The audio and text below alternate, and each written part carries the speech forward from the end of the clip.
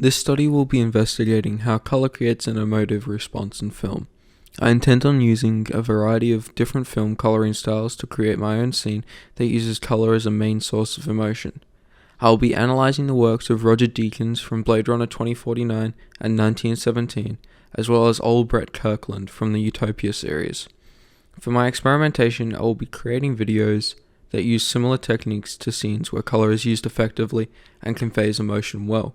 By doing this, I will learn the significance of color in film and its relationship to emotion. Color in film might be one of the most unappreciated elements of the filmmaking process. It can be the difference between immersing an audience in a world or putting them to sleep. Film color theory is a theory that states that certain colors in film elicit certain emotions and emotional responses from the audience. Manipulation of these colors can be used to guide the audience toward the intent of the author. This can be used to send a specific message or provide dramatic irony between the color palette and the film's plot. There is no specific metric as to which color means which emotion, but movies directed or created by the same directors or cinematographers usually use similar color patterns to convey specific emotions. This visual study explores the relationships between color and emotions in 5 scenes from 3 films. The cinematographer behind 4 of these scenes is Roger Deakins. Deakins has created a signature relationship between color and emotional response in the audience. His work has created a precedent in newer films to treat color as a main source of emotion. Throughout his work, the relationships between the camera angles, scenes, and the color create a trifecta of emotion that the audience can feel without having to overanalyze a movie. The shades and hues of colors used portray a significance in a majority of scenes designed by Deakins, showing the time, effort, and determination to make it perfect. Deakins uses a combination of subtle post-processing effects and pre-planned lighting maps, set props, and set design to create a balance of color and subtlety. The scene opens to a wide-angle shot of an old folks' home, with dark tones capturing an eerie mood, portraying the residents that have been forgotten by their families and friends. All they have is the staff. The exaggerated, undersaturated yellow tones show the age of the residents, and the knowledge they both hold. As we zoom out from an over-the-shoulder shot onto the main point of information, the scene turns colder with the introduction of bright lights emanating from the sun outside. Unlike everyone else in the home, the man is dressed in a pristine white, showing that he's not only knowledgeable, but holds something unknown from our protagonist. The shadowy figure uncaring for the knowledge the old man holds, only wanting to complete a job, his shadowy figure reflecting these feelings. With the dreary and run-down look showing the age of both the holders of this knowledge and the information itself, the scene shifts back to a wide-angle shot of the conversation. The protracted nature of the shot adding to the cold and unfeeling knowledge emanating from the man in white, and the shadows coming from our protagonist. The scene opens to a corridor angle shot, as we see our protagonist walking along the top of a skyscraper. The thundering and soft pitter-patter of the rain, and the distinctive blue hues showing feelings of depression and the willingness to give up. The introduction of distinctive pink hues in the scene coming from the advertisement show the vivid conflict residing in both the scene and our protagonist's feelings. The longing for love and connection, and the conflict knowing that feeling this way just isn't right. The dialogue adding insult to injury as the intensity of pink lights tempt him more. What a day,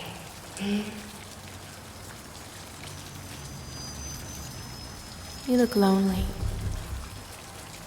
I can fix that. The hues driving him forward towards his desires. The ad almost speaking to him personally.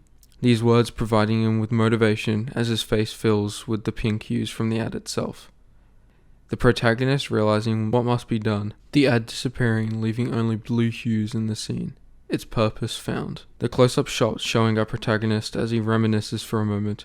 As he grabs his trusted pistol, words of the past playing back in his head. Dying for the right cause is the most human thing we can do.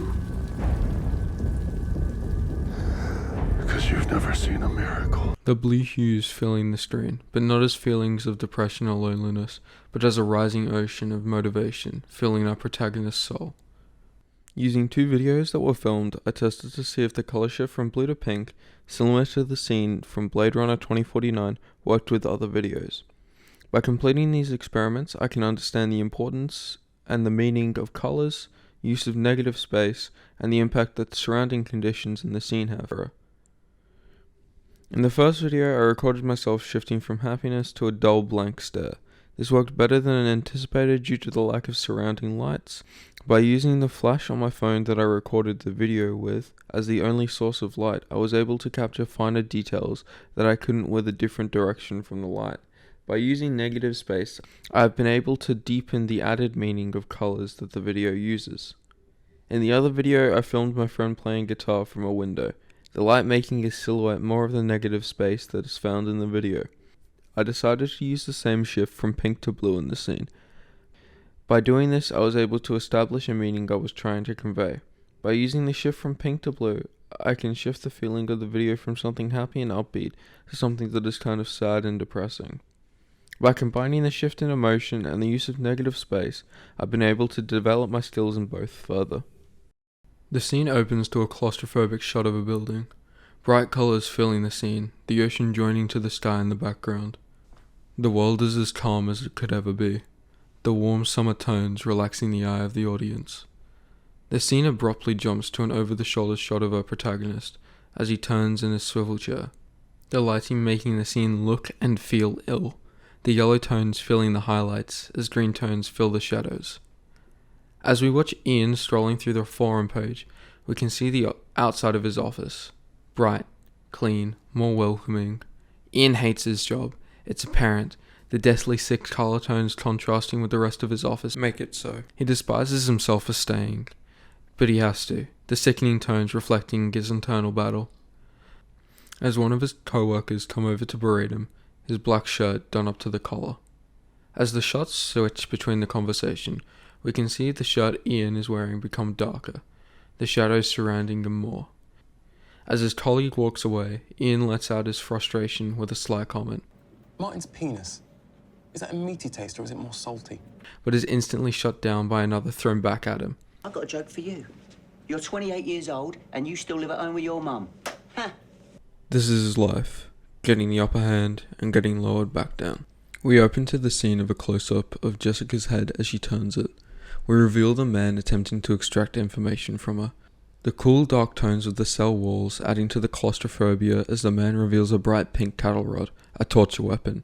The bright vibrant colouring, a contrasting and ironic tone to what the weapon is used for.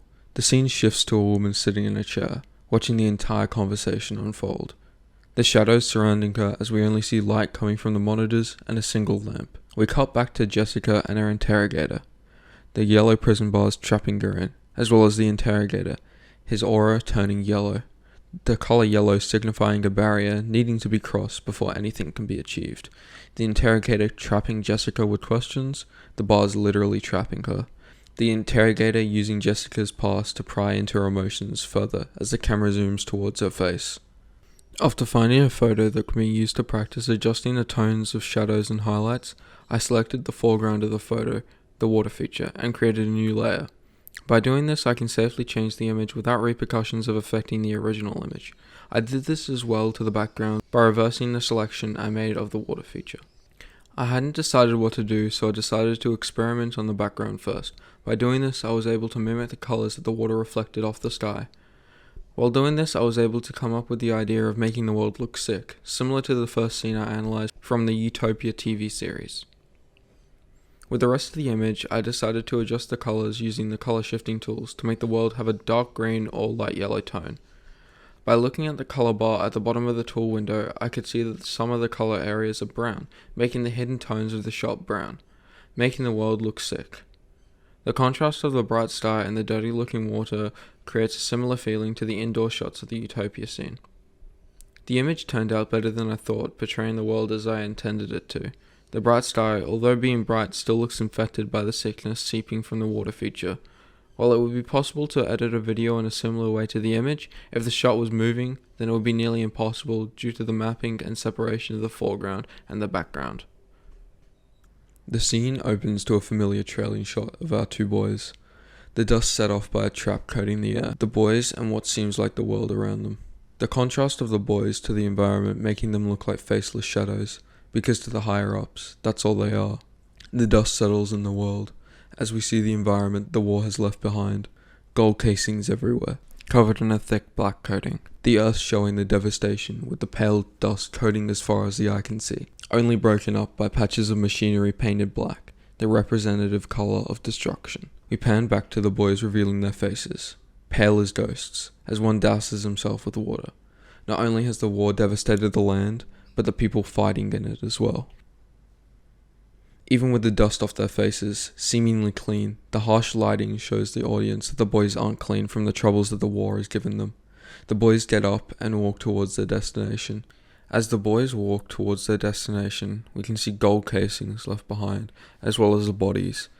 The higher-ups, not knowing the difference between the two. Rats gnawing on the corpses of family members left behind, the higher-ups not caring one bit. The world shifting back to the dreary, dark cesspit that the audience is familiar with.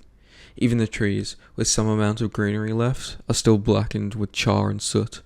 The trailing shot showing what should be a bright green meadow, the greenery undersaturated, showing the effect that the war has had to everything, even if war seemingly wasn't there.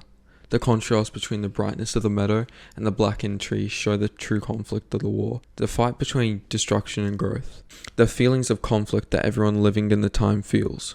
As they walk further towards the field, we can see dark smoke clouds pluming up above the hills, the sign that war is coming to even the most scenic of environments.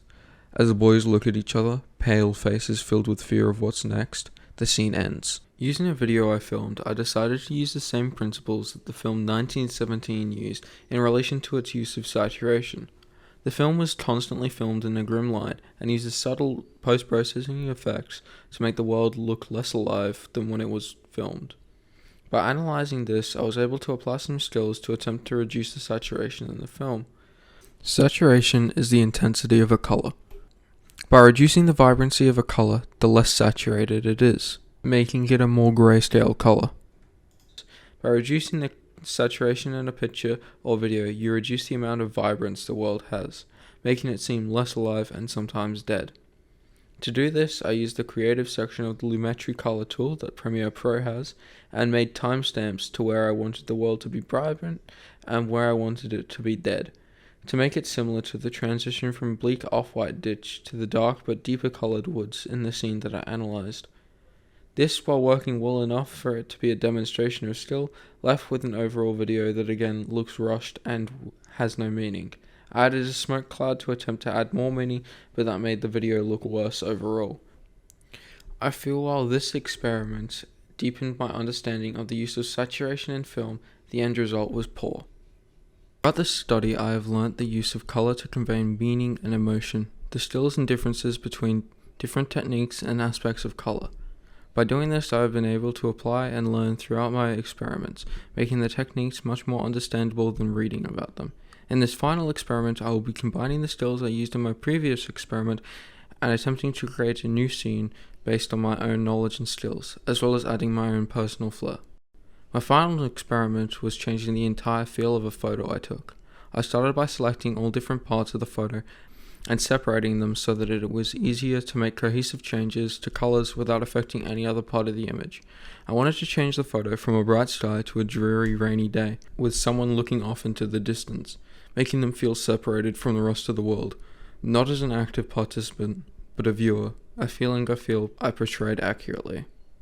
By using all the techniques I learnt from my other experiments, I was able to make the photo look nearly as accurate to the feeling I wanted to portray. I used a combination of exposure and saturation changes to make the sky and ocean look dark and stormy. I then used a combination of color adjustment techniques and reduction of saturation to make the rocks around the person look blue, matching the rest of the scene. I purposely chose this to make the person the only bright and vibrant color to make the feeling of separation and absence even more present and effective. By using the contrasting color orange, I was able to effectively make the feeling present.